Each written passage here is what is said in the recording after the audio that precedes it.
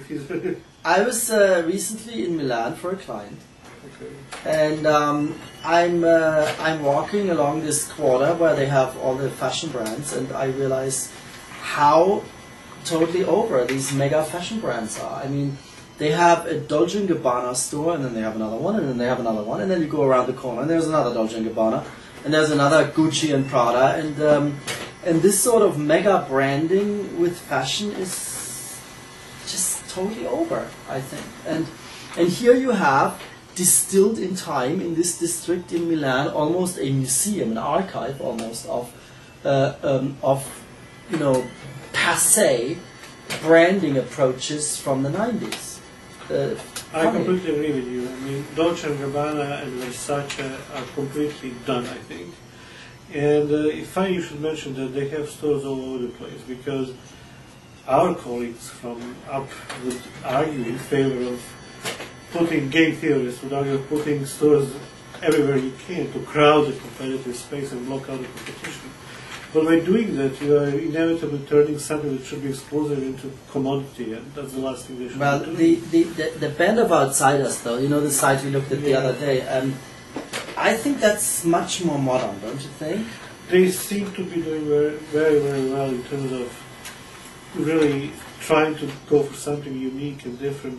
But you know, I'm not sure I also fully agree with where they sell the clothes, like Barney's, you know? Yeah. Barney's, I don't know, Barney's, Band of Outsiders and Barney's, sure the same first letter, but is there any other match? It tells me more about the fact that the people in Barney's are quite agile in finding a new talent. But you know, but I must say, I somehow I do like the brand. I mean, even if I don't fully agree with the Barney's sort of venture. But it's inevitable. It makes sense. I mean, okay, we have agreed that Band of Outsiders is cool, so by association it makes also Barney's cool, just being the fact that they found it. Right. I gave them a platform. I mean, you cannot avoid certain necessities, certain rules of distributing your products. So there are not that many avenues. You know, when I was having the same sort of conversation, one of the clients said, "But what does all of this have to do with vehicle?" With vehicle.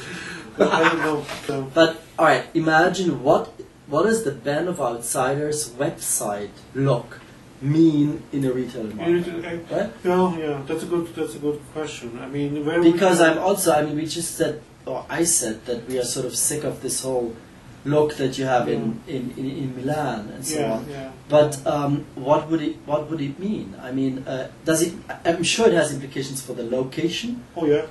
It has implications for how big the thing is, how long it lasts. Do you want the store to last? I mean, to be there for years to come? You know, flagship store concept, or do you want it for a week or two? So think about location. I mean, if you look at those brands that are so, we call them done, and I think they are done. They're boring. They are oversexed in a bad 90s way. And if you look at their locations, it would be Madison Avenue in the 70s and the 60s, or West Broadway in Soho. So there is, in those places you would look for those stores. Now, where would you look for? Well, Ginza in Japan too, same sort of thing. But I mean, or make it worse in a way. Make it worse. Make it a little bit cool, like Prada was doing in the Omotesando intersection, you know, in Aoyama. Yeah. I mean, ridiculous.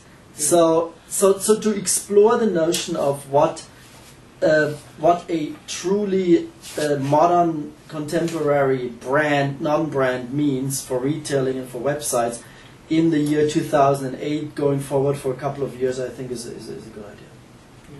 Suppose, I mean, Band of Outsiders is your client. What would you tell them? I mean, in terms of location? I would tell them, don't go into retailing at all.